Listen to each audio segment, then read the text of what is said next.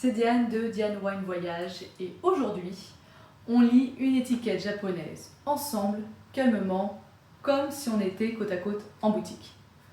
L'objectif, c'est que tu puisses choisir en confiance sans te sentir pressé. Le premier réflexe, c'est de chercher la mention Japan Wine. Quand elle apparaît, c'est limpide. Le vin est fait à partir de raisins 100% japonais et vinifiés au Japon. Donc on écarte d'emblée les jus importés ou les vins étrangers simplement mis en bouteille sur place. Ensuite, jette un œil aux GI, les indications géographiques.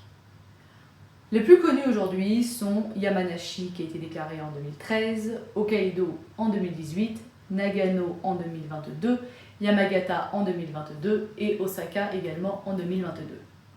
Un GI n'impose pas un style figé, mais il pose un cadre d'origine et d'étiquetage. Si tu as Japan Wine plus un GI, tu commences à savoir où tu vas. Vient ensuite le cépage qui donne un indice de style très utile pour le coup.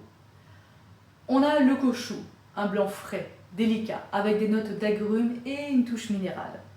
Il fonctionne à merveille avec des sushis, des sashimi et des tempura. On a le muscat Bellea, un rouge léger à moyen, sur la fraise et la cerise avec des tanins super doux.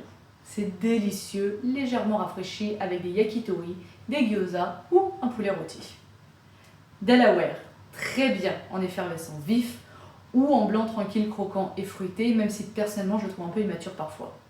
C'est parfait pour l'apéritif et des petits plats d'izakaya, les fameux bars japonais. Ensuite, on a le chardonnay qui vient souvent de Nagano ou Hokkaido. C'est un style de climat frais, parfois avec un petit boisé discret. Idéal avec des poissons, de la volaille et des sauces crémeuses un peu légères. Ensuite, il y a le fameux pinot noir de Hokkaido, léger à moyen sur le fruit rouge et une belle acidité. J'adore avec un ramen au porc ou un thon juste saisi. Regarde aussi le millésime. Les années humides donnent souvent des vins plus légers et toniques, et les années plus sèches vont apporter un peu plus de maturité, de corps au vin. Et enfin, pense au style de producteur. Un petit domaine peut proposer des micro-cuvées pleines de personnalité, et une grande maison offre souvent une constance très appréciable. Les deux ont leur charme, donc vraiment, c'est en fonction de tes goûts. Et enfin, quelques repères par région, si tu arrives à choper le nom de la région. On a Yamanashi, c'est souvent du koshu en vin tranquille, en méthode traditionnelle, parfois en version orange.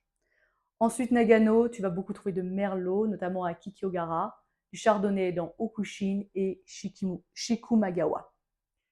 À Hokkaido, c'est du pinot noir, du chardonnay et des cépages allemands comme le Kerner et le Müller-Thurgau.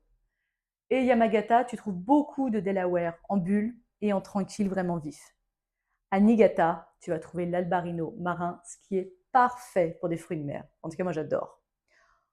En bref, petit exercice simple, tu choisis une bouteille avec Japan Wine et un GI et tu me dis ce que tu en as pensé. La meilleure façon de progresser, ça reste de goûter. Merci de m'avoir écouté et à très vite sur la chaîne Diane Wine Voyage.